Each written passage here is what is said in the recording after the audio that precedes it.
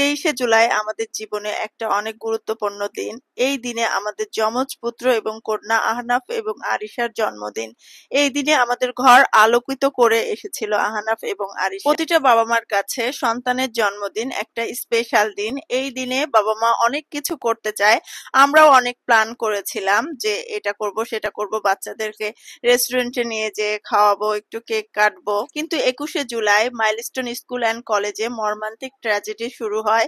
সেটা দেখার পরে আমরা সম্পূর্ণ প্ল্যানটা চেঞ্জ করে ফেলি। আমরা ভাবি যে এবার আর বাচ্চাদের কোনো জন্মদিন করব না, যেহেতু চারিদিকে শুধু শোক আর শোক। পুড়ে যাওয়া সেই সব সন্তানদের চেহারা দেখলে কিন্তু বুকের মধ্যে হু করে উঠছিল, খুবই কষ্ট পাচ্ছিলাম। আমরা বাচ্চাদের বোঝালাম যে বাবা এবার তেমন একটা জন্মদিন করার দরকার নেই, যেহেতু এরকম একটা ঘটনা ঘটলো, সবারই মানসিক অবস্থা খারাপ। তো বাচ্চারাও বলল ঠিক আছে মা, এবার আর কোনো কিছু করার দরকার নাই। তো আমি ভাবলাম যে বাসায় সিম্পল কিছু রান্না বান্না করব, আর তেমন কিছু করব না। এছাড়া আমার হাজবেন্ড অসুস্থ, আমিও কয়েকদিন আগে জ্বর থেকে উঠলাম, সেই জন্য ভেবেছিলাম যে তেমন কোনো আয়োজন করব না।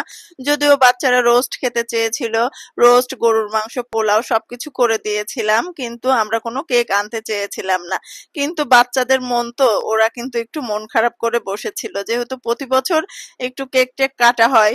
তো ওর বাবা ওদের মন খারাপ দেখে বলল যে আচ্ছা ঠিক আছে, তোমরা মন খারাপ করো না, একটা কেক আনবো, আর তোমরা কি খেতে চাও? ওরা বলল যে আমরা মোমো খাবো। তো ওদের 3 জনের জন্য 3 প্যাকেট মোমো নিয়ে আসলো। তারপর ওদের বাবা বলল যে কেকটা ঘটা করে কাটার দরকার নাই, কিংবা হই হুল্লোড় করার দরকার নাই, এমনি সিম্পলি কেকটা কেটে তোমরা শুধু খাও, শুধুমাত্র তোমাদের মন রাখার জন্য এটা নিয়ে আসলাম, তা না হলে আজ এবারকার জন্মদিন করতাম না।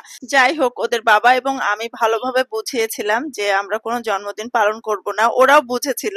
কিন্তু বাচ্চাদের মন তো, ওরা একটু মনের মধ্যে কেমন জানি একটা কষ্ট পাচ্ছিল।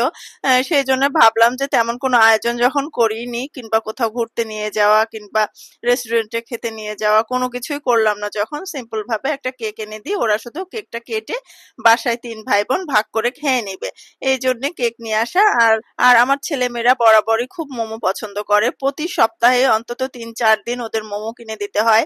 আমি মাঝে মাঝে বাসায় বানিয়ে দিতে চাই, কিন্তু ওদের বাবা বলে এত কষ্ট করার দরকার নাই, মোমো কিনে নিয়ে আসি। তো মোমো কিনে নিয়ে আসে। এই যে আমার ছেলে কেক কাটার আগে কিন্তু মোমো খাওয়া শুরু করে দিয়েছে। আর কে কয়টা খাবে, মানে কার কয়টা ভাগ, সেটা কিন্তু বড় কন্যা আভা বলে দিচ্ছে যে তোর এতটা ভাগ, তুই এতটা খাবি, তার চেয়ে বেশি খাবি না।